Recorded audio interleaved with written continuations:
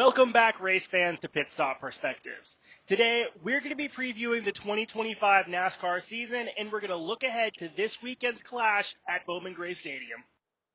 If you're anything like me and football has taken over your life for the past few months, up until we found out the Chiefs and the Eagles are going to be playing in the Super Bowl, you just remembered there's a race this weekend. On top of that, the NASCAR Cup Series field is going to be looking a lot different this season, with a lot of drivers in different places, and even some new teams with some new charters. With that being said, let's take a look at some of those changes so you can know what to expect going into this weekend's race. One of the biggest things that's shaken up the NASCAR Cup Series field this year is the closing of Stewart-Haas Racing. If you're a Tony Stewart fan like me, that's disappointing news. However, the exciting thing about that is the 4 charters being in new places. The first of these charters, however, is actually staying with Gene Haas and is going to be a part of what they're calling the Haas Factory Team. That car is going to be driven by Colt Custer, who's making his full-time return to the Cup Series this year. The other 3 charters, on the other hand, are going to be going to Roush Fenway Keselowski Racing, 2311, and the last one is going to Front Row Motorsports. Those moves give each of those teams their 3rd charter, which is now the NASCAR Cup Series maximum, unless you previously already had 4. So Hendrick Motorsports and Joe Gibbs Racing are grandfathered in and will remain the only teams to have 4 charters. The 3 new drivers taking over those 3 charters, however, are going to be Riley Herbst for 2311 Racing, Ryan Preece for RFK Racing, and Zane Smith for Front Row Motorsports. Front Row Motorsports will also have another new face with the departure of Michael McDowell, who's going to race for Spire Motorsports this year. That empty seat is going to be filled by Noah Gragson, who was another driver who found a new home after the closing of Stewart-Haas Racing. That, however, leaves 2 other of SHR's drivers who also are going to be driving for new teams this year. The first of those is Josh Berry, who's going to be going to Wood Brothers Racing to drive the number 21 car that was previously driven by Harrison Burton. I think that move is a huge win for the Wood Brothers, but to be honest, I'm a little bit surprised that's where Josh Berry ended up. I really think he had a great 2024 season. I think he's got a lot of potential. I really expected him to end up with a more competitive team, someone like RFK or Front Row, that he can have a chance of getting into the playoffs with. Like I said, I think Josh Berry is a very talented driver, and I will be curious to see what he can do in that 21 car. That, however, leaves one more of SHR's drivers who's finding a new home in 2025, and that's Chase Briscoe. Chase Briscoe is clearly the biggest winner in the closing of SHR. Briscoe is going to Joe Gibbs Racing to drive the 19 car after the retirement of Martin Truex Jr. This is going to be a huge opportunity for Chase Briscoe, and I'm really excited to see what he's able to do with it. He's shown some splashes to have a lot of potential in the Cup Series. However, for the most part, he's fallen short of expectations. He's a driver I'm really excited to watch in 2025 to see if he can take this opportunity and run with it, or if this is going to end up being more of an Eric Jones kind of situation. Another driver getting a big opportunity in 2025 is Justin Haley. Haley's going to be driving for Spire Motorsports to fill the hole that was left by the firing of Corey LaJoie, who is actually going to be going to Haley's former team, Rick Ware Racing, to drive a limited schedule. I think this is a huge opportunity for Justin Haley, and I actually think that Justin Haley absolutely deserves this. What he was able to do with Rick Ware Racing was amazing. He drove far above that car's normal expectations. I think that in 2025, Spire Motorsports is going to be a force to be reckoned with. Carson Hocevar had an amazing rookie season, driving far better than anybody expected. I think his success is actually partially what led to Corey LaJoie's firing. I think having a rookie come in and run as well as he did in equal equipment made Corey LaJoie look really bad. On top of that, they now have Justin Haley, who, like we just said, far exceeded expectations in Rick Ware Racing equipment, and you have Michael McDowell, who has been a staple at Front Row Motorsports for a long time.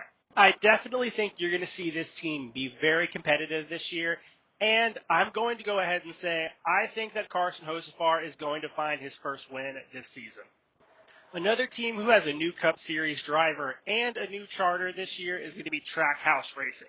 Which, actually, now that I think about it, Trackhouse Racing was one of the teams who received a charter from SHR.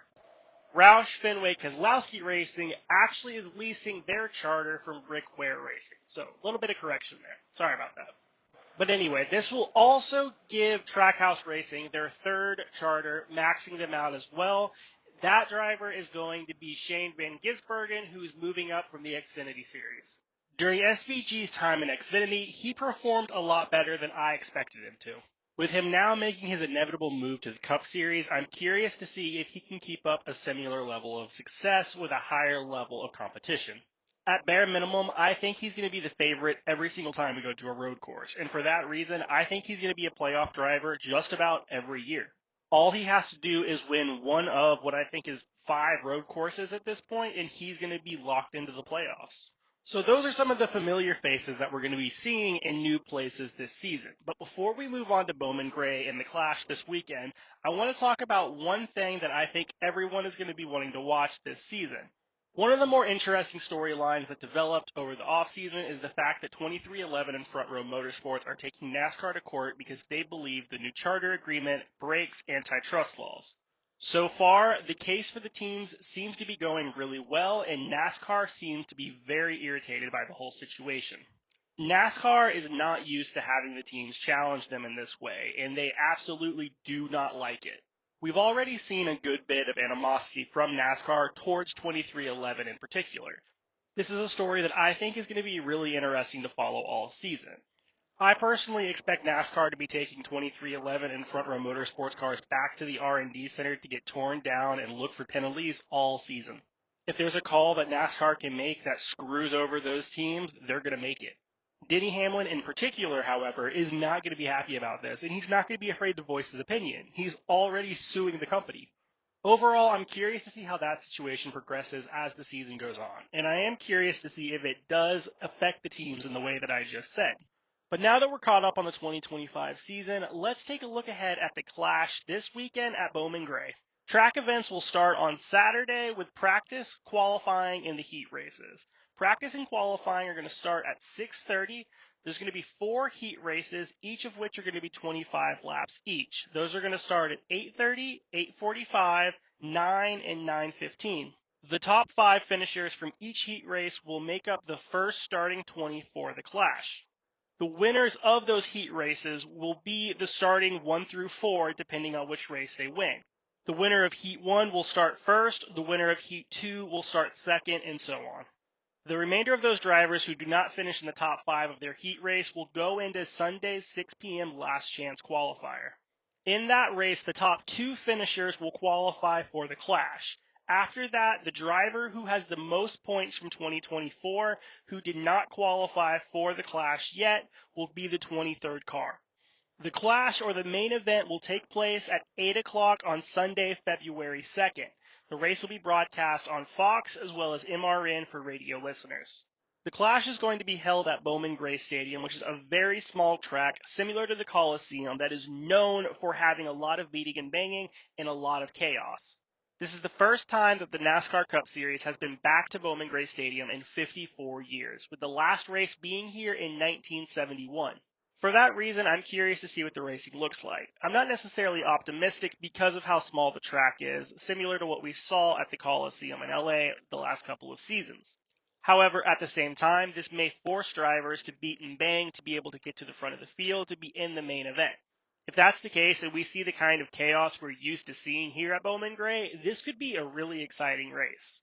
Overall, I'm just excited to see cars back on track and to kick off the 2025 NASCAR season.